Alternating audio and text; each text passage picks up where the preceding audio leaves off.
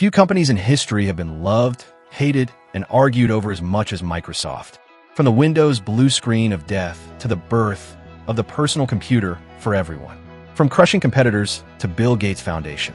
Microsoft has given the world incredible tools and, at the same time, given people plenty of reasons to be angry. So who is right? Are the critics justified? Or Microsoft has been fairly demonized? Hey everyone, welcome back. In this video, we will look at both sides. We will examine well-known critics, what they said, and whether it was legitimate. And we will also look at Microsoft contributions to how we live and work today. By the end, you can decide for yourself. Let's begin. We start with the critics, and there have been many. First, Richard Stallman. He is the founder of the Free Software Foundation and the creator of the GNU operating system. Stallman has called Microsoft, and I quote, evil. His argument is not about bugs or bad design. It is about freedom. He says that proprietary software you cannot see, modify, or share, takes away your control over your own computer. And Microsoft, for decades, has been the biggest champion of proprietary software. So, was Stallman's criticism legitimate? Let's rate this on a scale of 1 to 5. Stallman's philosophy is extreme. Most people do not want to compile their own operating system, but many of his specific fears have come true. Vendor lock-in, inability to fix bugs yourself, and increasingly, telemetry and spying that you cannot turn off. I would give this a 4 out of 5. Legitimate in essence, even if the language is harsh. Next, Scott McNealy, former CEO of Sun Microsystems. In the 1990s, McNealy accused Microsoft of using its Windows monopoly to kill cross-platform technologies like Java. He said Microsoft's licensing was predatory. This criticism is a 5 out of 5, completely legitimate, because the United States government agreed. In the 1998 Antitrust case, Microsoft was found to have illegally maintained its monopoly. They punished companies that supported Java. They forced PC makers to hide competitors' icons. That was not a matter of opinion. That was a court finding. Third, Steve Jobs. In a famous interview, Jobs said that Microsoft had no taste. He said they copied Xerox PARC and Apple, and then delivered clunky, ugly products. Was that fair? Early Windows, 95, 98, even Windows Me, was indeed unstable and visually messy. But over time, Microsoft innovated. DirectX changed PC gaming. The Xbox brought online multiplayer to the living room. And Windows 7 was widely praised. Jobs' criticism is a 3 out of 5. It was true for a while, but it did not stay true forever. Fourth, Edward Snowden. The NSA whistleblower revealed that Microsoft worked with the PRISM surveillance program. Microsoft gave the NSA pre-encryption access to Skype, Outlook, and cloud data. Snowden's criticism is a 4 out of 5. The leaked documents proved collaboration. However, Microsoft has since improved transparency, publishing reports on government requests and adding stronger encryption. Still, many people have never forgotten or forgiven. Fifth, Linus Torvalds, creator of Linux. For years, Torvalds warned about Microsoft's embrace, extend, extinguish strategy.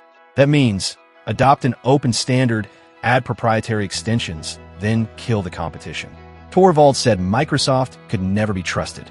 Is it still true today? I rate this a 3 out of 5. Historically, yes, Microsoft did that to Netscape, to Java, and to web standards.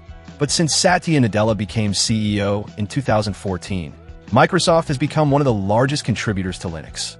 They even built their own Linux distribution for Azure. The old Microsoft is not the Microsoft of today. So this criticism is partly outdated. Sixth, Cory Doctorow, author and activist. When Microsoft now said the recall feature, a tool that takes screenshots of everything you do, Doctorow called it a surveillance disaster. Was he exaggerating? No. Security experts said recall was essentially a keylogger built into Windows. It could capture passwords, credit card numbers, and private messages. Microsoft themselves delayed the feature after the backlash. This is a 5 out of 5. Completely legitimate criticism. Finally, Meredith Whittaker, president of Signal. She criticizes Microsoft's AI push, especially Copilot. Her argument is that sending your data to Microsoft servers for AI processing centralizes power and erodes privacy. Is that fair? I would rate this a 4 out of 5. Reasonable, but still unfolding. Copilot does send context to Microsoft's cloud. Offline AI options are limited. But Microsoft has also added some privacy controls, and the full impact of AI on privacy is not yet clear. So the criticism is valid today. Whether it remains valid depends on Microsoft's future choices. So, summary of Act 1. Most of the well-known criticism is legitimate, especially from the 1990s and early 2000s. But some critics are reacting to a Microsoft that no longer fully exists. And that brings us to the other side of the story. Now, let's be fair. Microsoft has also given the world an enormous amount. First, the democratization of computing. Before Windows, you needed to type commands to use a computer. Windows 95 brought the Start menu, the taskbar, and plug-and-play. It made PCs accessible to ordinary people, not just engineers and hobbyists. Second, productivity for the masses. Microsoft Office, Word, Excel, PowerPoint, Outlook. Excel, in particular, changed the world. Before Excel, serious data analysis was limited to specialists. After Excel, small business owners, teachers, and students could build models, track budgets, and visualize data instantly. Third, empowering developers. Visual Studio, C#, and .NET allowed millions of people to build software without years of training. And in 2018, Microsoft bought GitHub, the world's largest code repository. Today, GitHub hosts over 100 million developers, many of them working on open-source projects. Fourth, the cloud revolution. Microsoft Azure is the world's #2 cloud platform. It powers startups, hospitals, banks, and governments. Fifth, gaming and community. Xbox Live made online console gaming mainstream. Xbox Game Pass changed how people buy and play games, moving from ownership to subscription. And DirectX, a Microsoft technology, is the foundation of almost all Windows PC gaming. Sixth, accessibility. Microsoft has been a leader in tools for people with disabilities. Windows Narrator, the magnifier, closed captions, a control, and the Xbox Adaptive Controller. These tools have given independence to millions who otherwise would struggle. Seventh, remote work. During the COVID-19 pandemic, Microsoft Teams and Office 365 kept the world working. Schools held classes. Hospitals coordinated care. Governments continued functioning. It was not perfect, but it worked at a scale that few other companies could match. Let's break this down by era. The 1990s to early 2000s, the Steve Ballmer era. Does the criticism stand? Yes, fully.